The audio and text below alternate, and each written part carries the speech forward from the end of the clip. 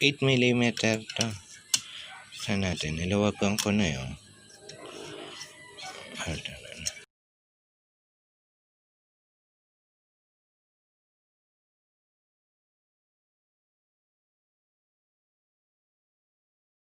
Ito, cheese.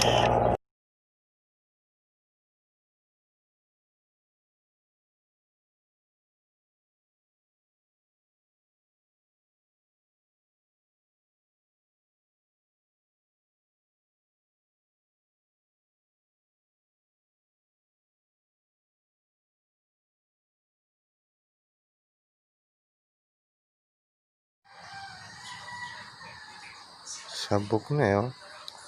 Ito yung diode eh. 1, 2, 3. Sunog na. Ayun na lang magpapalit. Hello. Ito yung diode na luma. Oh. Order tayo sa Shopee. 800 lang. Sa auto supply 1.3 pero walang mabili.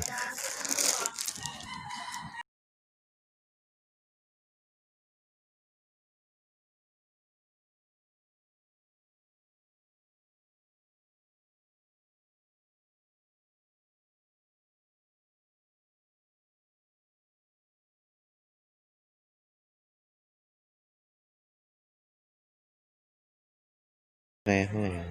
Baka free yun. Ito kasi yung putok. Ayan, putok na oh. Ito ngayon maayos to. Pareho naman. Okay na yan. Focus. Ang dumi. Diode muna. Pasok mo. Tapos itong ayan.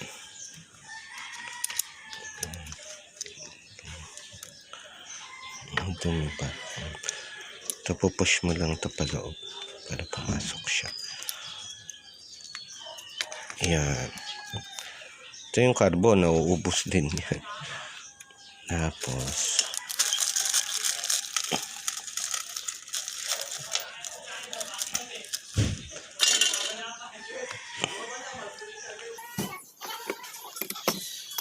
Natin. Isa. Kaso?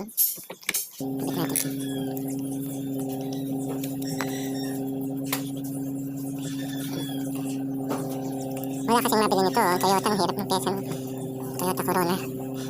Kaya, order ko lang sa Shopee. 1.3 sa, ano eh, auto supply eh.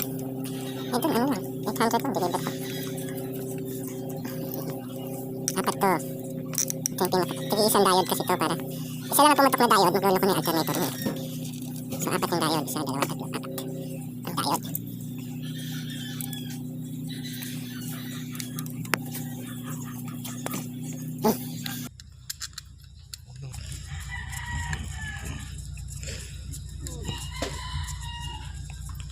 okay. Dali lang, pero kung mag-labor ka nito 350 hanggang 500 sisingilin sa'yo.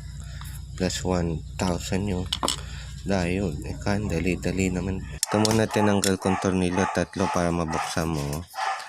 Tapos ito.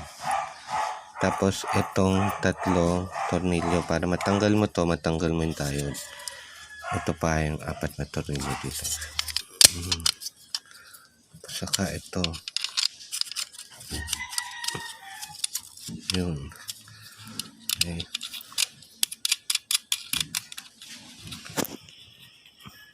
May ako nagpitan. Na. 1. Ano ba?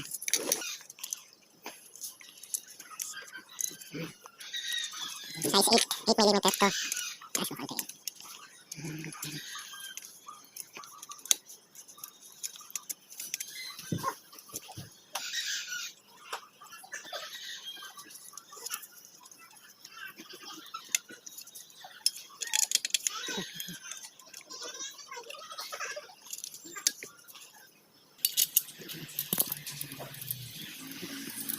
Saan yung isang tornilyo?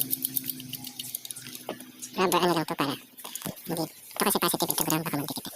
Ito, this is for...